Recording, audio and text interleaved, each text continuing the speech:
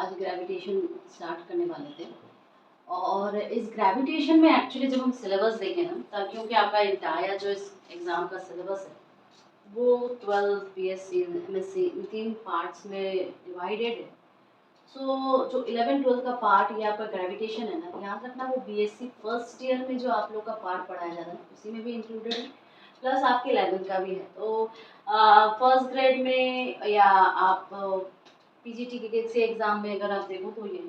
तो मैं क्या करूँगी, आपको ये बीएससी के हिसाब से भी बता दूँगी और साथ ही साथ 11-12 के हिसाब से भी बता दूँगी।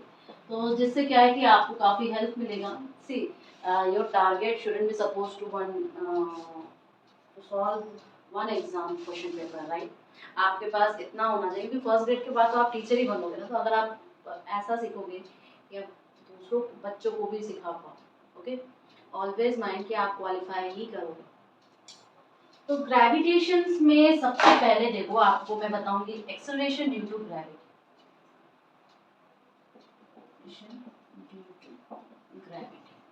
ठीक है, या आप जिसे बोलो जी। देखो हिंदी इंग्लिश सब मिक्स है। I will use Hindi term, हम हिंदी टर्म्स का भी यूज करेंगे, बट मैं हमेशा सजेस्ट करती हूँ आपको कि क्लास में हमेशा या आप जब भी पढ़ो तो इंग्लिश टर्म्स को ज़्यादा इंपॉर्टेंस देना, क्योंकि ये सब्जेक्ट बेटा फिजिक्स है, ठीक है, ये सब्जेक्ट आपका फिजिक्स है। और फिजिक्स में जितनी भी अच्छी बुक्स हैं वो आपको इंग्लिश मीडियम में मिलती हैं, हिंदी मीडियम में understood. Okay, so I hope actually I'm trying to make one book for Hindi English mix, तो notes तो हम लोग क्लास में प्रिपेयर करते हैं, but I will try अगर मेरे पास टाइम हो। But anyhow, acceleration due to gravity जब हम बात करते हैं तो आपके दिमाग में स्मॉल जी आता है, राइट? आपके दिमाग में स्मॉल जी आता है। जब आपके दिमाग में स्मॉल जी आता है तो सबसे पहले हम लोग पता है इसको स्टार्ट करते हैं किससे? देखो आपके पास न्यूटन्स के लॉज हैं, Newton's laws of motion, laws of motion। क्या क्या है न्यूटन्स के लॉज? तीन इक्वेशन हमको मिलते हैं, क्या होता है v is equal to u plus at। फिर दूसरा क्या मिलता है? दूसरा मिलता है आपको 2as वाला ले लो, या v square is equal to u square plus 2as ले लो, और एक आपका होता है क्या ut plus half gt square, ठीक है। तो ये तीन आपके जो इक्वेशंस हैं। इसके बाद आपके पास आता है कीपलर्स लॉ। कीपलर्स, अभी सिर्फ इंट्रोडक्शन दे रही हूँ। Kepler's law of planetary motion, planet motion, यानी कि जो कीपलर्स का नियम है, किसके लिए? कीपलर्स का नियम आपके जो प्लैनेटरी ऑब्जेक्ट्स हैं उनके मोशन में। तो हम लोग इसमें कैसे कैसे नियम करते हैं? हम लोग इसमें 3 नियम करते हैं, जिसमें हम लोग वेलोसिटी को लेते हैं, जिसमें हम लोग एरिया वेक्टर याद रखना, एरिया वेक्टर को लेते हैं, जिसमें हम लोग टाइम पीरियड को लेते हैं, ठीक है।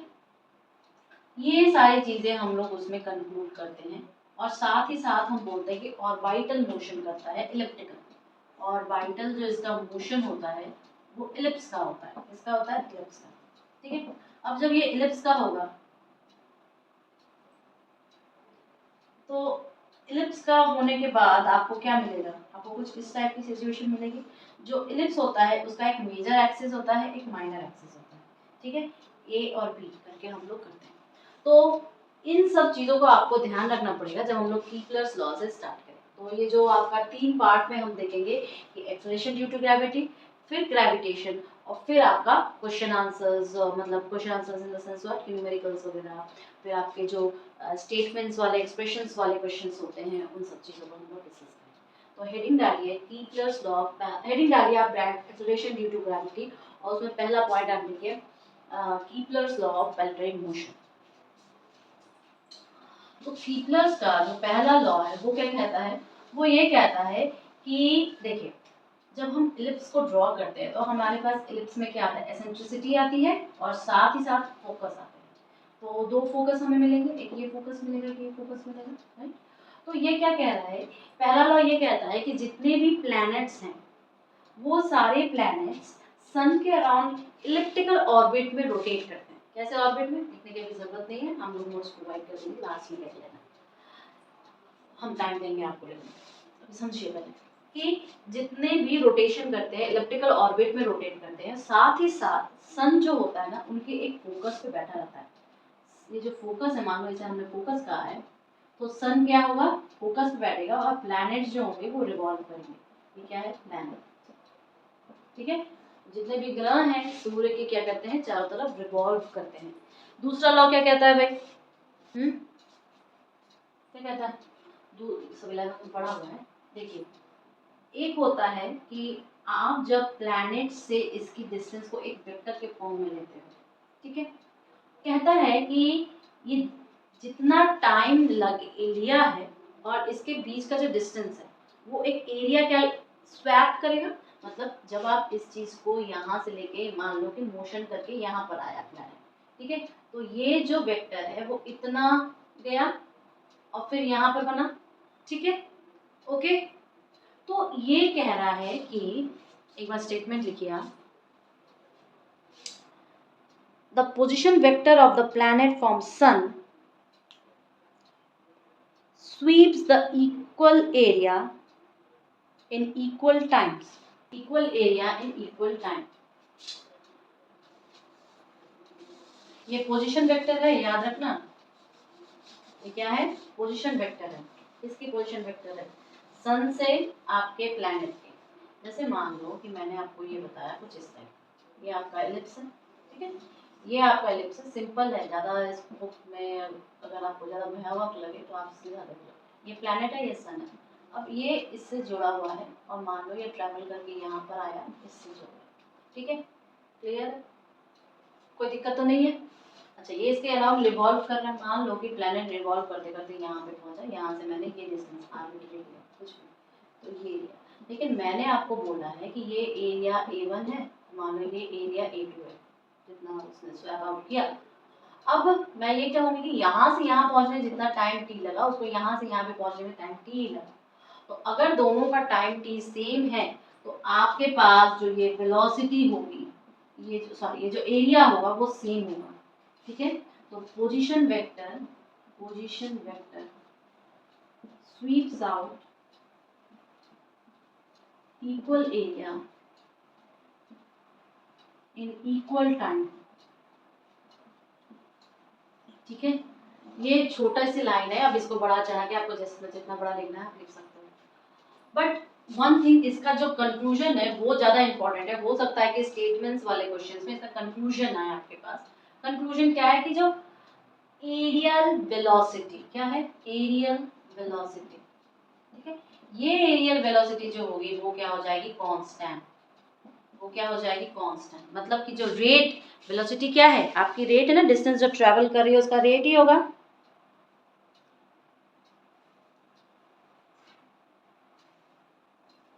ठीक है।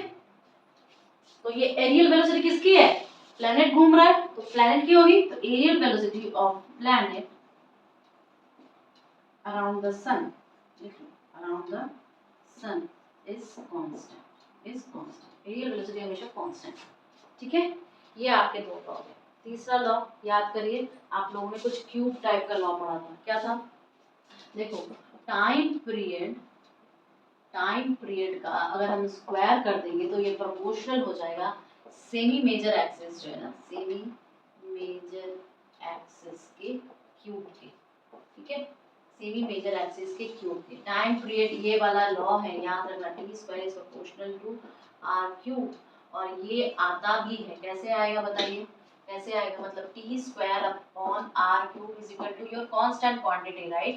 जब ये कांस्टेंट क्वांटिटी आ जाती है ना तो याद रखना ये ऐसे हो जाता है सिस्टम, टी स्क्वायर, ठीक है, 1 R cube 1 is equal to t2 time square upon r2 time cube. ये आपका रिलेशनशिप आता है और इससे न्यूमेरिकल्स बनते हैं, इससे क्या बनते हैं, न्यूमेरिकल्स बनते हैं, तो स्टार बना लो यहाँ पे, इससे क्या बनते हैं, आपके न्यूमेरिकल्स बनते हैं, तो स्टार बना लीजिए और ये आपको हेल्पफुल भी होगा सॉल्व करने में। छोटे छोटे क्वेश्चन आते हैं, बिलीव मी, फर्स्ट ग्रेड में क्योंकि सिलेबस इतना वास्ट हो जाता है कि आपको छोटे छोटे क्वेश्चन, तो आपको हर एक टॉपिक कवर करना जरूरी होता है, आता उसमें छोटे छोटे question, this is very small question, बहुत इजीली इस पे न्यूमेरिकल सॉल्व हो जाते हैं। तो ये था आपके कीपलर्स के 3 लॉ, ठीक है।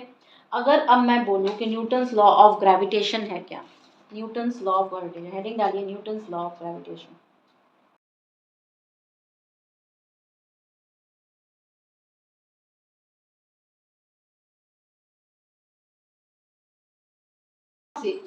दूसरा हेडिंग हमने आपको बोला कि Newton's laws of gravitation, Newton का ग्रेविटेशनल लॉ क्या कहता है भाई। हमें पता है कि अगर हमारे पास दो मासेस है, ये बहुत ही बच्चों टाइप का है, आप लोगों ने क्लास 9 में भी पढ़ा था, 11 में भी पढ़ा है, तो अगर मैं ऐसे दो बॉडीज को जोड़ूं तो दोनों के बीच का डिस्टेंस अगर वेक्टर r है और इनका मास m1 m2 है, so the force acting between them is directly proportional to the product of the mass and inversely proportional to the square of the distance between them। मतलब कि इनका जो बीच में जो फोर्स लगेगा, इनके बीच में जो फोर्स लगेगा वो क्या हो जाएगा, प्रोपोर्शनल होगा। किसके प्रोपोर्शनल होगा, इसके मास के मल्टीप्लाई के, और इनवर्सली प्रोपोर्शनल होगा दोनों के बीच के डिस्टेंस के स्क्वायर के, राइट, दोनों के डिस्टेंस के स्क्वायर के। ये क्या हो जाता है, अगर मैं इसमें वेक्टर्स का इस्तेमाल ना भी करूं, अगर सिंपली मैं आपको ये बोलूं, अगर मैं सिंपली इसके मैग्नीट्यूड वाइज में बोलूं जो आप लोगों ने ऑलरेडी पढ़ के रखा है, तो एफ क्या हो जाएगा, एफ हो जाएगा जी टाइम्स प्रोपोर्शनल कांस्टेंट को हटाने के लिए G times m1 m2 upon r square, right, m1 m2 upon r square. तो ये क्या है भाई, ये आपका ग्रेविटेशनल कांस्टेंट है, ग्रेविटेशनल कांस्टेंट।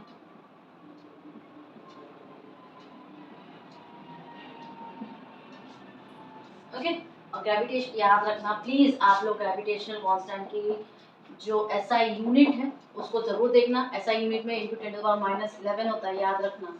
और सीजीएस में क्या हो जाता है बताना, क्योंकि सीजीएस में सेंटीमीटर में आ जाती है, तो सीजीएस में क्या हो जाएगा 10⁻- आपका 8 हो जाएगा, ठीक है, 10⁻−8 हो जाएगा।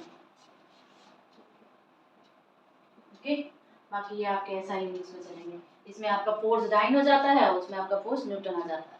सो जी के वैल्यू जरूर ध्यान रखना, ग्रेविटेशनल कांस्टेंट है ये। अब मेन मेरा मोटिव क्या है कि इस ग्रेविटेशनल लॉ से मुझे लाना है acceleration due to gravity, acceleration due to gravity, ठीक है। अब देखो एक्सेलरेशन ड्यू टू ग्रेविटी का मतलब क्या होता है जी, और हम लोगों ने बेसिक सा लॉ पढ़ा था F is to m g. अच्छा, ये F is to m g law नहीं है, F is to m g law का कंक्लूजन है, सेकंड लॉ का कंक्लूजन है, ठीक है। स्ट्रेट लाइन में जब न्यूटन का जो मोशन का लॉज पढ़े थे आप लोग क्लास 9 में, उसका ये कंक्लूजन है। लॉ क्या है, लॉ है rate of change of momentum, ठीक है। अब देखो जब ये चीज आ जाती है F इज टू, ये क्या है, एक प्रकार का एक्सेलरेशन है, एक्सेलरेशन, ठीक है। और एक्सेलरेशन क्या होता है, dv/dt होती है, राइट, dv/dt होती है। तो जब हम यहाँ पर देखेंगे तो यहाँ पर हमने F इज टू क्या देखा, g m1 m2 upon r square, ठीक है। और दूसरी जगह F हम क्या देख रहे हैं, mg देख रहे हैं। तो क्या मैं इन दोनों का कंक्लूजन नहीं निकाल सकती, बताओ, इन दोनों का कंक्लूजन नहीं निकाल सकती। अच्छा, एक्सेलरेशन ड्यू टू ग्रेविटी किसका होगा, अर्थ का होगा, अर्थ का होगा। यानी कि अगर मान लो मैंने इसको अर्थ समझा, ठीक है, अर्थ का मास m होता है और मैंने कोई एक बॉडी रखी है, मानो कि ये जिसका स्मॉल मास है, तो हम क्या निकालेंगे, हम किसका एक्सेलरेशन ड्यू टू ग्रेविटी निकालेंगे, अर्थ का निकालेंगे, कि आप मुझे ये बताओ कि जो बॉडी ऊपर से फॉल हो रही है उसका निकालेंगे। ऑब्वियस सी बात है, आप लोग क्या निकालते हो, जो न्यूमेरिकल्स करते हो काइनेमेटिक्स का, तो बॉडी फेंक रहे हैं, उसका वेलोसिटी, उसका एक्सेलरेशन, ये सारी चीजें देख रहे हो, तो हम आपको कहेंगे कि हम लोग जो एक्सेलरेशन ड्यू टू ग्रेविटी निकाल रहे हैं जी की वैल्यू, वो इस रिस्पेक्ट में, यानी कि हम लोग जो F is to small m g लेंगे, जबकि हमारा जो ये पार्ट है ना, यहाँ पर ऑब्जेक्ट और अर्थ आ जाएगी, तो ये क्या हो जाएगा, F is to g m capital small m upon r square is equal to m जी।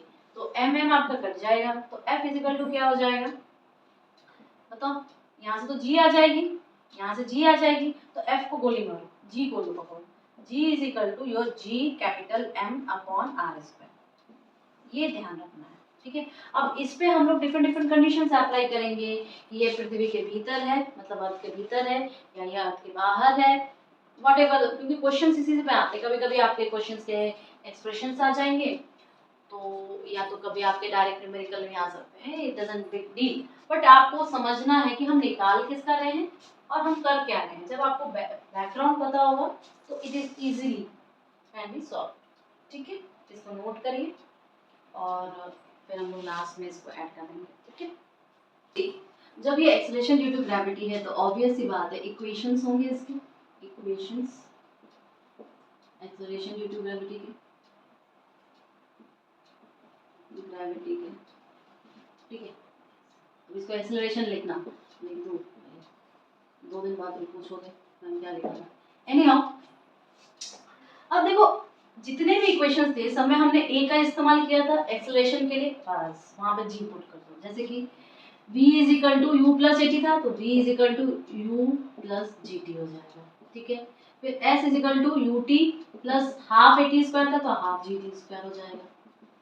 फिर क्या था, v square is equal to u square plus 2s था तो 2gs हो जाएगा। यही आपके 3 बड़े से इक्वेशंस हैं जिससे आपका पूरा का पूरा न्यूमेरिकल सॉल्व होगा। लेकिन नेक्स्ट हेडिंग जो है वो इंपॉर्टेंट है, उससे क्वेश्चंस बनते जरूर हैं कि इफेक्ट ऑन है acceleration due to gravity, acceleration due to gravity.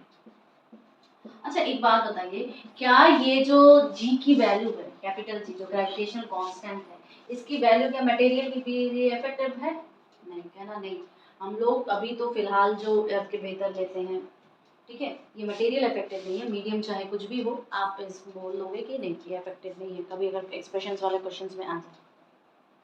इस इफेक्ट के बाद में बात करें तो देखो सबसे पहला तो आपको पता है डेप्थ के वजह से भीतर कितना है, दूसरा आपका हो जाएगा हाइट के वजह से, हाइट यानी कितना ऊंचा है, या आप एल्टीट्यूड लिख सकते हो, एल्टीट्यूड।